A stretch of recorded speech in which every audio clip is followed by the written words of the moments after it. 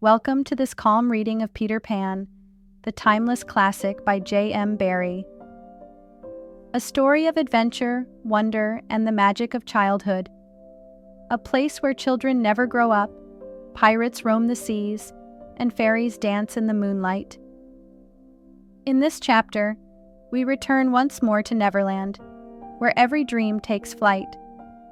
So find a cozy spot, take a deep breath, and let yourself drift into this timeless tale. Chapter 15. Hook or Me This Time. Odd things happen to all of us on our way through life without our noticing for a time that they have happened.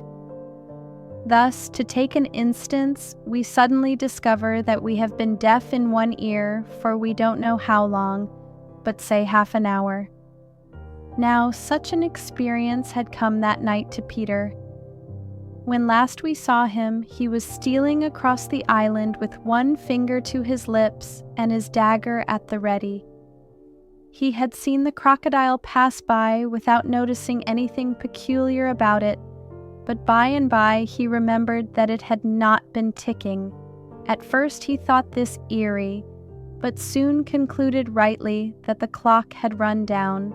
Without giving a thought to what might be the feelings of a fellow creature thus abruptly deprived of its closest companion, Peter began to consider how he could turn the catastrophe to his own use, and he decided to tick so that wild beasts should believe he was the crocodile and let him pass unmolested. He ticked superbly, but with one unforeseen result. The crocodile was among those who heard the sound, and it followed him, though whether with the purpose of regaining what it had lost, or merely as a friend under the belief that it was again ticking itself, will never be certainly known, for, like slaves to a fixed idea, it was a stupid beast. Peter reached the shore without mishap, and went straight on, his legs encountering the water as if quite unaware that they had entered a new element. Thus, many animals pass from land to water, but no other human of whom I know. As he swam, he had but one thought: hook or me this time. He had ticked so long that he now went on ticking without knowing that he was doing it. Had he known, he would have stopped, for to board the brig by help of the tick, though an ingenious idea, had not occurred to him. On the contrary, he thought he had scaled her side as noiseless as a mouse, and he was amazed to see the pirates cowering from him, with Hook in their midst as abject as if he had heard the crocodile. The crocodile! No sooner did Peter remember it than he heard the ticking. At first he thought the sound did come from the crocodile, and he looked behind him swiftly. Then he realized that he was doing it himself, and in a flash he understood the situation. How clever of me, he thought at once, and signed to the boys not to burst into applause. It was at this moment that Ed Tainte the quartermaster emerged from the forecastle and came along the deck. Now, reader, time what happened by your watch. Peter struck true and deep. John clapped his hands on the ill-fated pirate's mouth to stifle the dying groan. He fell forward. 4 boys caught him to prevent the thud. Peter gave the signal, and the carrion was cast overboard. There was a splash, and then silence. How long has it taken? 1. Slightly had begun to count. None too soon, Peter. Every inch of him on tiptoe vanished into the cabin, for more than one pirate was screwing up his courage to look round. They could hear each other's distressed breathing now, which showed them that the more terrible sound had passed. "It's gone, Captain," Smee said, wiping off his spectacles. "All's still again." Slowly, Hook let his head emerge from his ruff and listened so intently that he could have caught the echo of the tick. There was not a sound, and he drew himself up firmly to his full height. "Then here's to Johnny Plank," he cried brazenly, hating the boys more than ever because they had seen him unbend. He broke into the villainous ditty. Yo ho, the frisky plank, you walks along it so, till it goes down and you goes down to Davy Jones below. To terrorize the prisoners the more, though with a certain loss of dignity, he danced along an imaginary plank, grimacing at them as he sang, and when he finished he cried, "Do you want a touch of the cat before you walk the plank?" At that they fell on their knees. "No, no," they cried so piteously that every pirate smiled. "Fetch the cat, Jukes," said Hook. "It's in the cabin." The cabin! Peter was in the cabin. The children gazed at each other. Aye, said Jukes blithely, and he strode into the cabin. They followed him with their eyes. They scarce knew that Hook had resumed his song, his dogs joining in with him. Yo ho, the scratching cat, its tails are 9, you know, and when they're rid upon your back. What was the last line will never be known, for of a sudden the song was stayed by a dreadful screech from the cabin. It wailed through the ship and died away. Then was heard a crowing sound which was well understood by the boys, but to the pirates was almost more eerie than the screech. "What was that?" cried Hook. "Two," said slightly solemnly. The Italian Cecco hesitated for a moment and then swung into the cabin. He tottered out haggard. "What's the matter with Bill Jukes, you dog?" hissed Hook, towering over him. "The matter with him is he's dead, stabbed," replied Cecco in a hollow voice. "Bill Jukes dead!" cried the startled pirates. "The cabin's as black as a pit," Cecco said, almost gibbering. "But there is something terrible in there, the thing you heard crowing." The exultation of the boys, the lowering looks of the pirates, both were seen by Hook. "Cecco," he said in his most steely voice, "go back and fetch me out that doodle-doo." Cecco, bravest of the brave, cowered before his captain, crying no, no, but Hook was purring to his claw. "Did you say you would go, Cecco?" he said musingly. Cecco went, first flinging his arms despairingly. There was no more singing, all listened now, and again came a death screech and again a crow. No one spoke except slightly. "3," he said. Hook rallied his dogs with a gesture. "'Sdeath and odds fish," he thundered. "Who is to bring me that doodle-doo?" "Wait till Cecco comes out," growled Starkey, and the others took up the cry. "I think I heard you volunteer, Starkey," said Hook, purring again. "No, by thunder," Starkey cried. "My Hook thinks you did," said Hook, crossing to him. "I wonder if it would not be advisable, Starkey, to humor the Hook."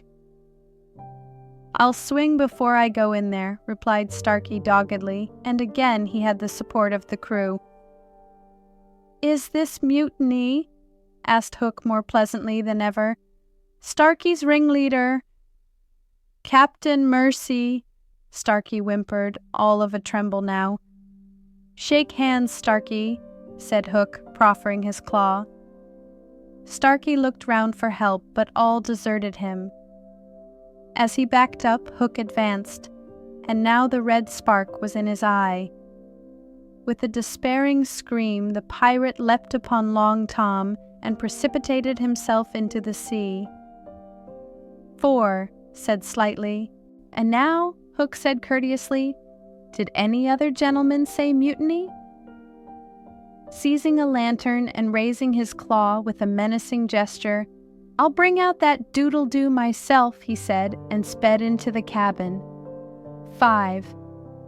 How Slightly longed to say it.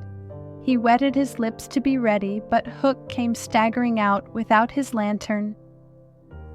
"Something blew out the light," he said a little unsteadily. "Something?" echoed Mullins. "What of Checo?" demanded Noodler. "He's as dead as Jukes," said Hook shortly.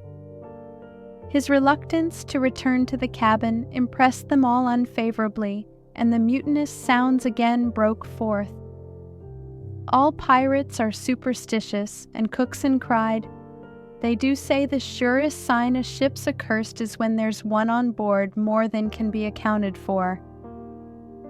"I've heard," muttered Mullins, "he always boards the pirate craft last.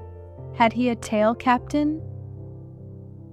"They say," said another, looking viciously at Hook, "that when he comes it's in the likeness of the wickedest man aboard." "Had he a hook, Captain?" asked Cookson insolently, and one after another took up the cry, "The ship's doomed." At this, the children could not resist raising a cheer. Hook had well nigh forgotten his prisoners, but as he swung round on them now, his face lit up again. "Lads," he cried to his crew, "now here's a notion. Open the cabin door and drive them in. Let them fight the doodle-doo for their lives. If they kill him, we're so much the better. If he kills them, we're none the worse." For the last time his dogs admired Hook, and devotedly they did his bidding. The boys, pretending to struggle, were pushed into the cabin and the door was closed on them. "Now listen," cried Hook, and all listened, but not one dared to face the door. Yes, one, Wendy, who all this time had been bound to the mast. It was for neither a scream nor a crow that she was watching. It was for the reappearance of Peter. She had not long to wait. In the cabin he had found the thing for which he had gone in search, the key that would free the children of their manacles, and now they all stole forth, armed with such weapons as they could find.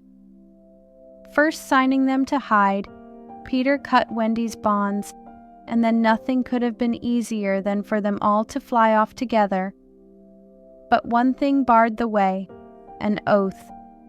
Hook or me this time. So when he had freed Wendy, he whispered for her to conceal herself with the others, and himself took her place by the mast, her cloak around him so that he should pass for her. Then he took a great breath and crowed. To the pirates it was a voice crying that all the boys lay slain in the cabin, and they were panic-stricken. Hook tried to hearten them, but like the dogs he had made them, they showed him their fangs, and he knew that if he took his eyes off them now, they would leap at him. "Lads," he said, ready to cajole or strike as need be, but never, quailing for an instant, "I've thought it out. There's a Jonah aboard." "Aye," they snarled, "a man wi' a hook." "No, lads, no, it's the girl. Never was luck on a pirate ship with a woman on board. We'll right the ship when she's gone." Some of them remembered that this had been a saying of Flint's. "It's worth trying," they said doubtfully. "Fling the girl overboard," cried Hook, and they made a rush at the figure in the cloak. "There's none can save you now, missy," Mullins hissed jeeringly. "There's one," replied the figure. "Who's that?" "Peter Pan the Avenger," came the terrible answer, and as he spoke, Peter flung off his cloak. Then they all knew who 'twas that had been undoing them in the cabin, and twice Hook essayed to speak, and twice he failed. In that frightful moment, I think his fierce heart broke. At last he cried, "Cleave him to the brisket," but without conviction. "Down, boys, and at them." Peter's voice rang out, and in another moment the clash of arms was resounding through the ship. Had the pirates kept together, it is certain that they would have won, but the onset came when they were still unstrung, and they ran hither and thither, striking wildly, each thinking himself the last survivor of the crew. Man to man they were the stronger, but they fought on the defensive only, which enabled the boys to hunt in pairs and choose their quarry. Some of the miscreants leapt into the sea, others hid in dark recesses, where they were found by Slightly, who did not fight, but ran about with a lantern which he flashed in their faces, so that they were half-blinded and fell as an easy prey to the reeking swords of the other boys. There was little sound to be heard but the clang of weapons, an occasional screech or splash, and Slightly monotonously counting 5, 6, 7, 8, 9, 10, 11.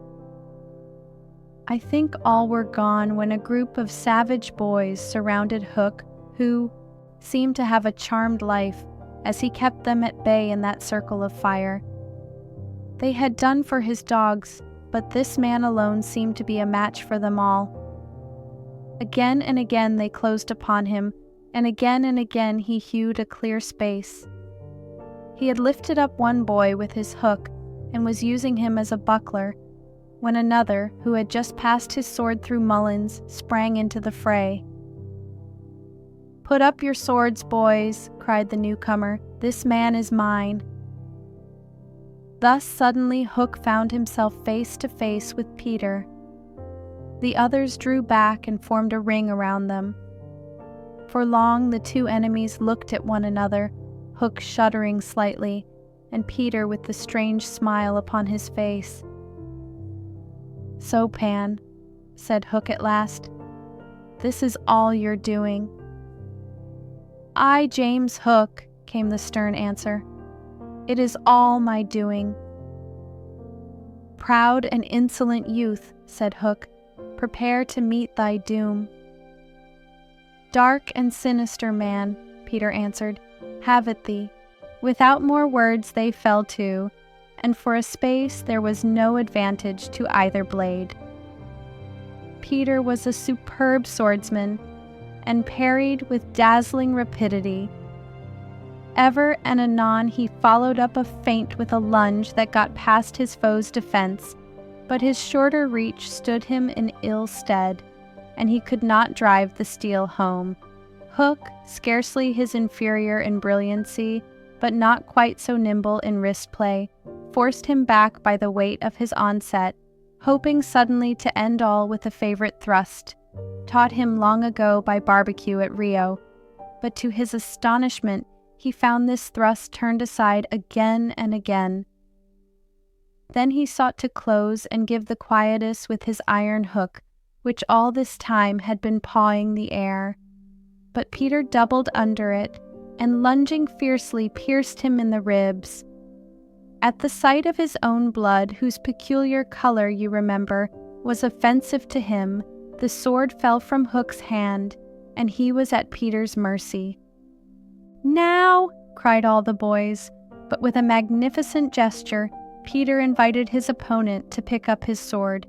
Hook did so instantly, but with a tragic feeling that Peter was showing good form. Hitherto he had thought it was some fiend fighting him, but darker suspicions assailed him now. "Pan, who and what art thou?" he cried huskily. "I'm youth, I'm joy," Peter answered at a venture. "I'm a little bird that has broken out of the egg." This, of course, was nonsense, but it was proof to the unhappy Hook that Peter did not know in the least who or what he was, which is the very pinnacle of good form. "Toot again," he cried despairingly. He fought now like a human flail, and every sweep of that terrible sword would have severed in twain any man or boy who obstructed it. But Peter fluttered round him as if the very wind it made blew him out of the danger zone. And again he darted in and pricked. Hook was fighting now without hope. That passionate breast no longer asked for life, but for one boon it craved, to see Peter show bad form before it was cold forever. Abandoning the fight, he rushed into the powder magazine and fired it. "In 2 minutes," he cried, "the ship will be blown to pieces." Now, he thought, true form will show. But Peter issued from the powder magazine with the shell in his hands and calmly flung it overboard. What sort of form was Hook himself showing? Misguided man though he was, we may be glad, without sympathizing with him, that in the end he was true to the traditions of his race. The other boys were flying around him now, flouting, scornful, and he staggered about the deck, striking up at them impotently. His mind was no longer with them. It was slouching in the playing fields of long ago, or being sent up for good, or watching the wall game from a famous wall. And his shoes were right, and his waistcoat was right, and his tie was right, and his socks were right. James Hook, thou not wholly unheroic figure, farewell. For we have come to his last moment.